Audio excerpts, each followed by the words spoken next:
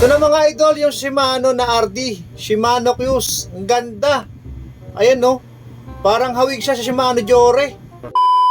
Ito po mga idol, yung last ko pong in-upload sa aking Facebook page na si Shimano Q's. Nakaset na po ito. Ito po yung mga kasama niya, sprocket, crank, meron din pong shifter, tapos ito po, bottom bracket, tapos RD.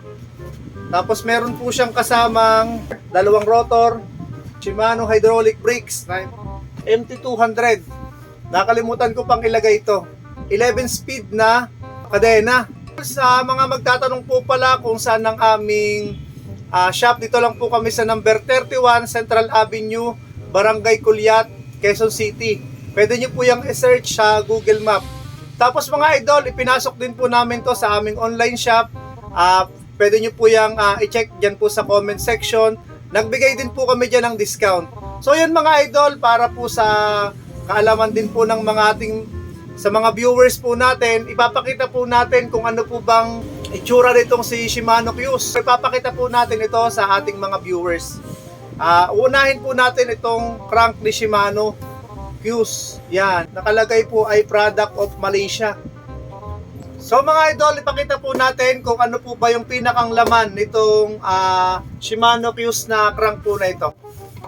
Yan mga idol, yung crank, ay tanggalin natin to.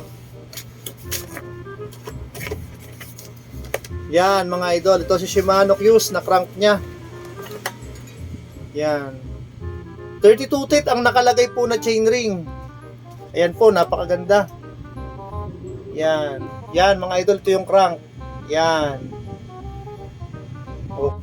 Tapos mga idol, ito naman yung sprocket niya o yung cogs niya. Product of Indonesia sa likod. Pero Shimano Japan nakalagay dito.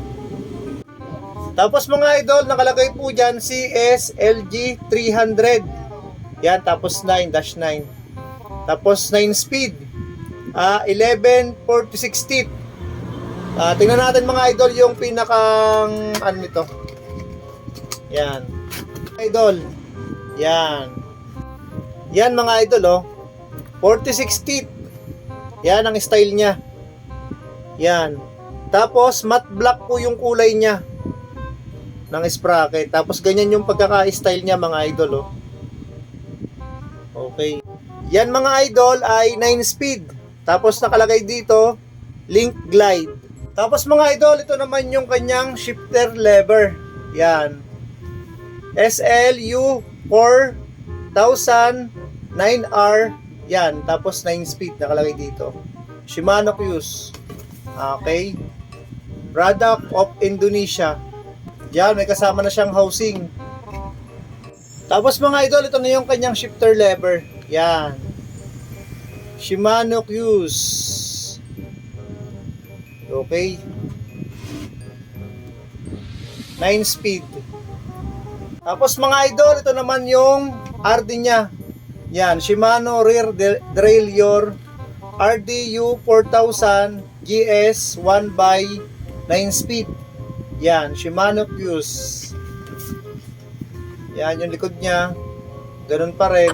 Ito na mga idol, yung Shimano na RD, Shimano Q's. Ang ganda. Ayan no, parang hawig siya sa Shimano Jore. Ayan mga idol, ang laki ng kanyang pulley. Yan sa kabila oh. Grabe, ang ganda mga idol. So yun lang mga idol, hindi na natin bubuksan itong bottom bracket saka itong mga to. Sa mga gusto pong mag-order, uulitin ko po, andito po sa comment section yung link. Yan, pwede po kayo dyan mag-order. At meron po tayong ibinigay dyan na voucher. Yun lang po at maraming salamat.